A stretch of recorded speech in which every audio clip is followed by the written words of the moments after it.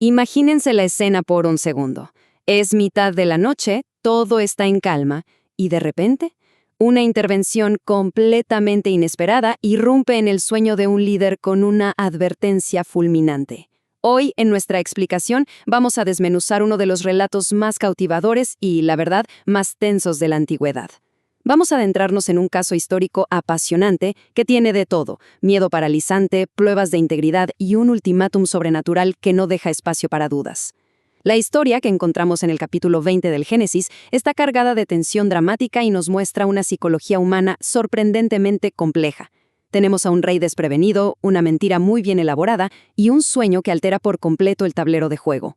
Así que acompáñenme a desglosar cada pieza de este rompecabezas para entender cómo una figura histórica inmensa terminó tropezando con sus propios temores. Para arrancar, hay una pregunta fundamental que nos va a guiar durante todo este análisis. ¿Qué ocurre realmente cuando el miedo se sale de control y pone en riesgo una promesa de magnitud histórica?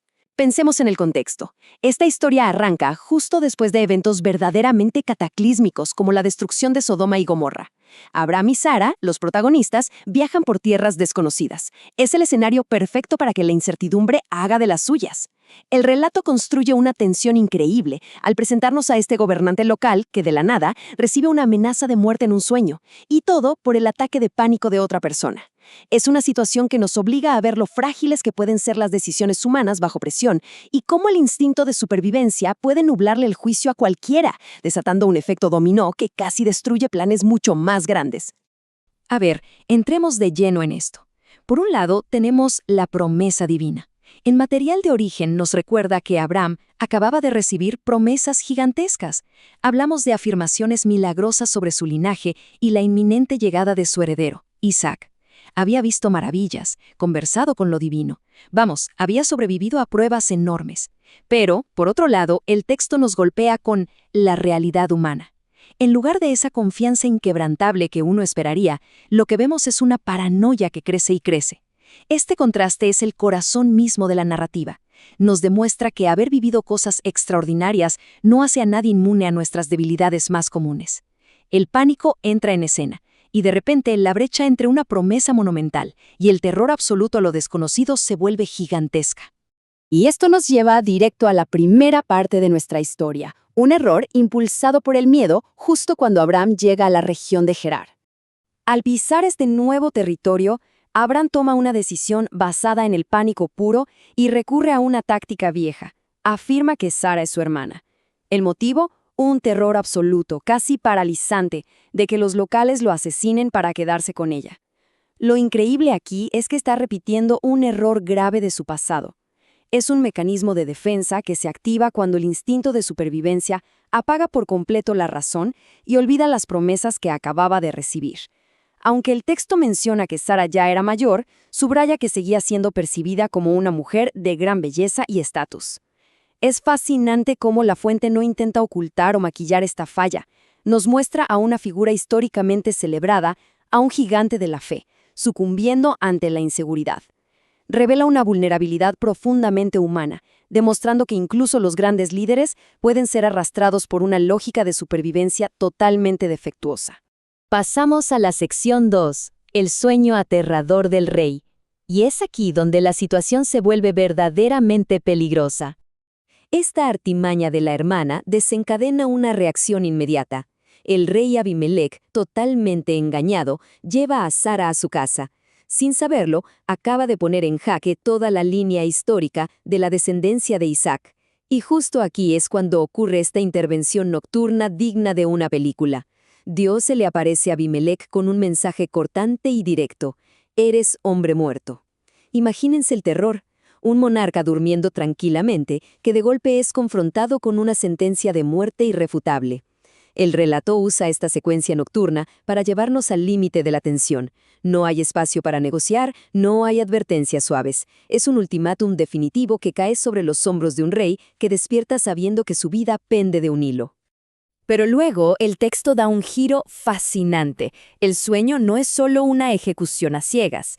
Abimelec, en medio de su terror y confusión, se defiende. Argumenta que actuó de buena fe, creyendo que Sara era soltera, algo que, recordemos, el propio Abraham había validado, y la respuesta divina en la historia confirma la inocencia del rey. Dios le dice a Abimelec que sabe que obró con un corazón sincero. Pero hay un detalle aún más revelador. Le informa que fue él mismo quien intervino activamente para evitar que el rey pecara. Este es un punto altísimo del análisis. Nos muestra a una deidad que no se queda solo con las acciones externas, sino que evalúa las intenciones más profundas y ocultas del corazón, protegiendo a alguien basándose en su integridad interior. Y así, con el rey despierto y aterrado, llegamos a la sección 3, una confrontación inesperada a la mañana siguiente. Ahora, lo verdaderamente interesante de este punto es la profunda ironía dramática y el intercambio de roles que presenciamos. A la mañana siguiente, Abimelec manda llamar a Abraham. Y miren la balanza. De un lado, el rey pagano, un hombre de una cultura externa que acaba de ser validado por actuar con total integridad y rectitud. Del otro lado, el hombre de Dios, la figura escogida que debería ser el faro moral, pero que se presenta envuelto en miedo y en un engaño premeditado. El relato no le huye a esta incomodidad, de hecho, la destaca. Nos enseña de forma imparcial que las etiquetas no garantizan nada. El carácter moral puede brillar en los lugares más inesperados, mientras que quienes poseen la verdad pueden terminar ocultándola por puro miedo. La reprensión que le hace el rey a Abraham es tajante y la verdad está completamente justificada. En el texto vemos las preguntas exactas. ¿Por qué hiciste esto? ¿Qué mal te hice? Es un reproche que corta como un cuchillo. Abimelec, desde su inocencia, le exige cuentas a quien supuestamente traería bendiciones, no una amenaza de muerte. Esta línea de cuestionamiento es brillante porque pone el foco en el daño colateral. Nos demuestra cómo las decisiones que tomamos bajo el peso de la inseguridad y la ansiedad, incluso si nos creemos bien intencionados, pueden arrastrar a terceros inocentes a situaciones verdaderamente desastrosas. Llegamos a la sección 4, el peligro de las medias verdades y la estrategia de defensa de Abraham. Entonces, el punto crucial aquí es cómo Abraham intenta salir del aprieto. Ante este reclamo abrumador, se defiende usando un tecnicismo. Dice, bueno, es que en realidad sí es mi hermana por parte de padre, intentando justificar que técnicamente no mintió. Además, confiesa que asumió de antemano que en esa ciudad no había límites morales. Y esto nos trae al concepto de la media verdad, un hecho parcial utilizado de forma intencional para ocultar la verdad completa. El análisis de esta respuesta es profundo. Que su excusa tuviera una fracción de exactitud técnica no cambiaba el hecho de que su propósito original era manipular y despistar. La narrativa nos deja clarísimo que las medias verdades en el fondo no son más que engaños muy elaborados. Es, literalmente, la anatomía de una mentira.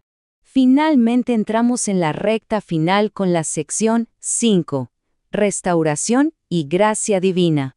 A pesar de este colosal fracaso moral de Abraham, el tono de la historia cambia hacia la esperanza y la restauración. Abimelec actúa rapidísimo, entrega una compensación pública masiva, ovejas, ganado, siervos, riquezas. Y uno podría decir, un momento, ¿por qué está premiado al hombre que le mintió? Pero el relato nos hace entender que esto no era un premio, era una declaración pública sobre Sara. Era la manera de decir, a los ojos de toda la sociedad, que ella era intocable, y que su honor y el linaje de Isaac quedaban limpios de cualquier sospecha. Es una demostración tremenda de la integridad del monarca, asegurándose de corregir la situación estructuralmente y a lo grande. Y pasemos a ver cómo se construye esto hacia el final, porque es una resolución sorprendente, casi paradójica. Vemos un proceso de 3 pasos.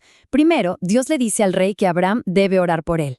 Es decir, el mismo tipo que causó todo este enredo es el designado para traer la solución espiritual. Segundo, Abraham ora y Dios sana a la casa de Abimelec. Y tercero, descubrimos que una esterilidad repentina había caído sobre el reino durante el incidente, la cual finalmente desaparece. Es una paradoja literaria genial. Nos enseña que en este relato, un profeta lleno de defectos humanos sigue siendo el instrumento para la sanación divina. Al reunir todas estas piezas, el mensaje central que destila la historia es innegable. La fe no es la ausencia de lucha. El material de origen no pinta a estos personajes históricos como superhéroes perfectos, para nada. Demuestra que tener un propósito superior no te hace infalible. Vemos cómo la determinación y el pánico más crudo pueden vivir dentro de la misma persona.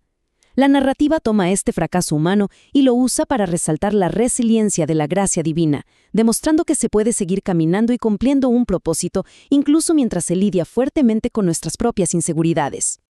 Para cerrar nuestra explicación de hoy, la historia nos deja con una reflexión bastante provocativa. Acabamos de ver cómo una mentira, nacida del terror, casi echa por tierra un plan histórico, y cómo fue un rey externo quien mostró la moralidad que faltaba. Así que cabe preguntarnos, ¿con qué frecuencia el miedo nos lleva a suprimir la verdad detrás de justificaciones a medias? Y en medio de todas estas fallas tan propias de la condición humana, ¿cómo es que los grandes propósitos logran sobrevivir y salir adelante? Es una mirada fascinante a la psicología del engaño, temas que resuenan tanto hoy como en aquel desierto antiguo. Y con esa idea dando vueltas, concluimos nuestro análisis.